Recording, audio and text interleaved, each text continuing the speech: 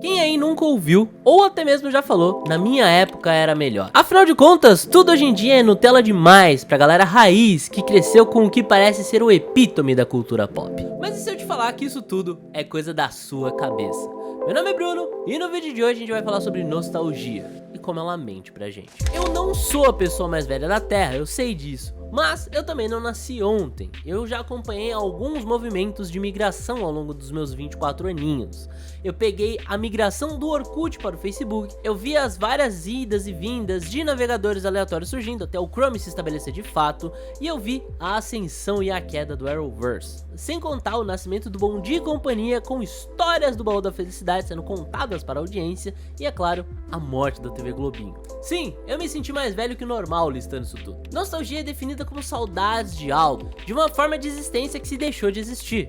Essa palavrinha é muito usada pela galera que adora falar que nossa, hoje em dia só sai bosta, tudo na minha época era infinitamente melhor, e vários derivados disso, que acha que o mundo perfeito existia entre os anos 70 e 2000. Que a gente sabe que não é verdade. Eu mesmo já falei alguns na minha época era melhor pra minha irmã, especialmente porque eu acompanhei a fase dela de assistir desenhos infantis, então aquilo me causava um incômodo muito maior que normal. Eu vi ela crescendo na base de Super Fofos, Peppa Pig e, é claro, Peixonauta. Afinal de contas, por que não fazer um desenho de um peixe astronauta, não é mesmo? Mas aí eu comecei a me tocar do porquê eu achava a minha época tão melhor assim, e eu acho que existem alguns motivos bem fortes pra isso.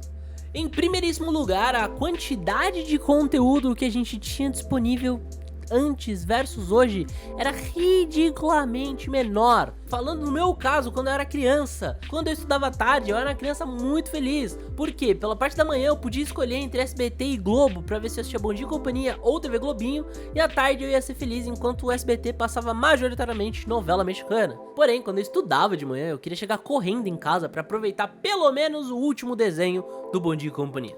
Porque pelo resto da tarde eu só tinha como opção a TV Cultura e olhe lá. Hoje em dia a gente tem tanta opção, mas tanta opção, que a gente pode se dar ao luxo de ser mais seletivo aqui e acolá. Até porque semana que vem vai ter mais 30 séries novas. E justamente por a gente ter tanta opção, a gente acaba caçando pelo em ovo, encontrando defeitos horríveis, que se a gente só tivesse aquilo pra assistir, a gente não ia reparar tanto assim. Quantas vezes, meu caro Raio do Sol, você foi assistir aquela animação, aquele seriado que você era tão apaixonado e jurava que não tinha defeito algum nos dias de hoje, pra ter certeza se essa magia, essa paixão absurda continua de pé? Existem casos que de fato você fazer isso só melhora a sua experiência com a obra, mas tem casos que isso só vai fazer você pensar, meu Deus, o que eu tinha na cabeça. Até porque a sua bagagem quando assistiu pela primeira vez e quando assiste hoje é totalmente diferente. Eu vivi isso na pele recentemente, quando eu fui reassistir Batman do Futuro, O Retorno do Coringa. Tem uma cena muito específica que ela é um flashback de quando um Robin foi capturado pelo Coringa.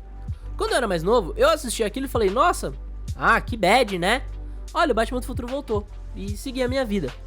Só que hoje, depois de ter consumido quadrinhos, de ter entendido um pouco mais sobre o que de fato aquela cena estava representando e assistir ela na íntegra, cara, é uma cena pesadíssima, até pra você mostrar pra uma criança. Rever ela depois de adulto me fez olhar pra Batman do Futuro como um todo de uma maneira muito mais impactante, sabe? Foi uma parada que eu fiquei tipo, caraca, velho, eu não acredito que deixavam passar isso pra criança.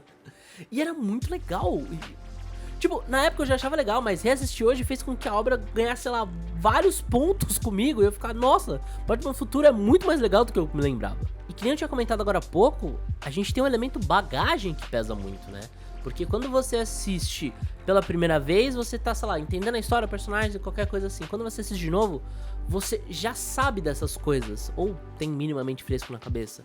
E aí você começa a prestar atenção em outros detalhes, sabendo com o que vai acontecer na história, você fica, então ele fez isso porque lá na frente ele vai fazer aquilo. E várias dessas pecinhas começam a se ligar. E justamente quando a sua bagagem é menor, qualquer coisa que fuja da caixinha, minimamente do que você conhece, se torna um feito absurdo. Por exemplo, o primeiro shonen que você assistiu, eu tenho certeza que te marcou muito mais do que o 20º, o 30º, o 80º. Por quê? Porque depois de um tempo, especialmente quando você assiste as coisas do mesmo gênero, que tem a formulinha assim bem explícita, ela começa a ficar mais evidente, e dependendo do seu gosto, cansativa. Eu senti muito isso na pele quando eu assisti Fairy Tail, porque eu assisti Fairy Tail em um momento da minha vida em que eu tinha uma bagagem considerável de shonens. Então eu olhava pra Fairy Tail e eu conseguia ver exatamente o que estava acontecendo e qual era o próximo passo. e tirava um pouco da graça, sabe? Tanto que eu não terminei Fairy Tail até hoje por conta disso. Eu parei acho que no episódio 50, 150, alguma coisa assim.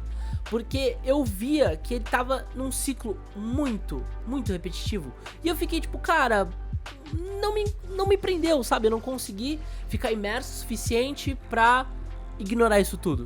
Isso acaba acontecendo conforme você vai consumindo mais e mais coisas. Essa situação que eu passei com Fairy Tail, você pode passar com Naruto, você pode passar com Dragon Ball Z, você pode passar com qualquer anime ou qualquer outra obra que você tenha consumido muitas vezes aquele determinado gênero daquela mesma formulinha. Por exemplo, o MCU como um todo tá passando por isso agora, porque era legal e aí eles estão repetindo a mesma formulinha, a mesma formulinha, a mesma formulinha, e tá difícil de não ver a formulinha em todo canto. Sabe? Isso tudo são coisas que a nostalgia ela acaba escondendo da gente também. E aqui provavelmente um dos pontos mais importantes disso tudo, né? O porquê que a nostalgia ela sempre parece mais gostosa na nossa cabeça. Porque em vários momentos o que a gente sente falta não é daquela obra, não é daquele jogo, não é disso, daquilo.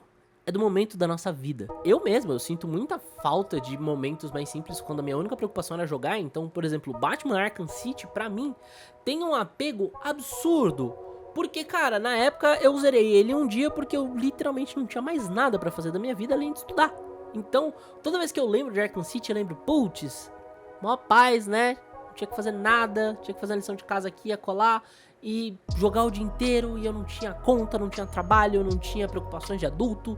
Então, assim, em vários momentos, a nostalgia ela tá muito mais relacionada ao momento a qual você estava vivendo, consumindo aquilo, do que necessariamente a obra em si. Não tô falando que a obra obrigatoriamente vai ser ruim, mas o peso nessa sensação de caramba, antes era muito melhor, tá muito mais relacionado a isso do que a obra em si. E justamente por isso, essas memórias afetivas que a gente acaba construindo com a obra, elas têm um peso muito maior do que a obra em si, fazendo com que em alguns momentos você se pegue defendendo aquela obra que, se você for ver hoje, você sabe que não dá pra defender tanto assim. E uma outra coisa que pesa bastante nesse movimento absurdo de nossa, como tudo era muito melhor antes e oh meu Deus, a leva ridiculamente alta de reboot, remake e qualquer coisa que eles andam lançando hoje em dia. Isso pra mim é um problema muito complexo, sabe? Porque eu entendo por um lado você pegar uma história que já deu certo e simplesmente transformar ela numa máquina de dinheiro se você fizer as coisas minimamente direito. Só que ao mesmo tempo, eu acho que é um baita de um potencial desperdiçado de várias mentes criativas que poderiam estar trabalhando em histórias originais e provavelmente criando as obras que vão ser rebootadas e feitas os remakes daqui 20, 30, 50 anos. E nisso a gente tá reciclando um monte de coisa que nem é tão velha assim.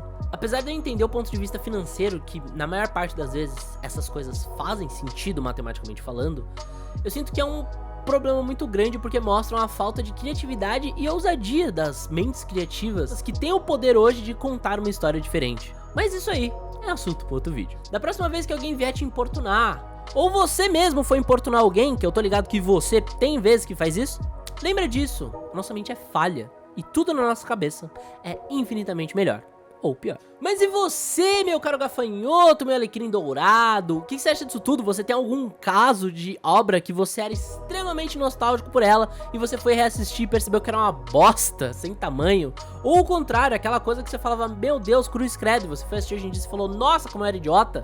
Deixa aqui nos comentários e bora trocar uma ideia. É sempre legal acompanhar esses causos, por exemplo. Rolou esse meu com Batman do Futuro e eu tenho mais alguns pra contar também. Se você curtiu esse vídeo, dá uma olhada nesse carinha aqui, em que eu falo um pouco mais sobre o efeito Disney e como a Disney, de uma maneira geral, tá influenciando nessa questão toda de reboot e remake, o raio que o parta, e como as coisas parecem estar caminhando pra um problema muito, muito sério. Se você curtiu esse vídeo, eu recomendo você dar uma olhada nesse carinha aqui, que é onde eu falo um pouco mais sobre o efeito Disney e como ele está prejudicando a nossa experiência com o audiovisual de uma maneira generalizada, deixando todo mundo sobrecarregado. Tenho certeza que você vai curtir. Eu te espero no próximo vídeo e até lá. Valeu, falou, fui!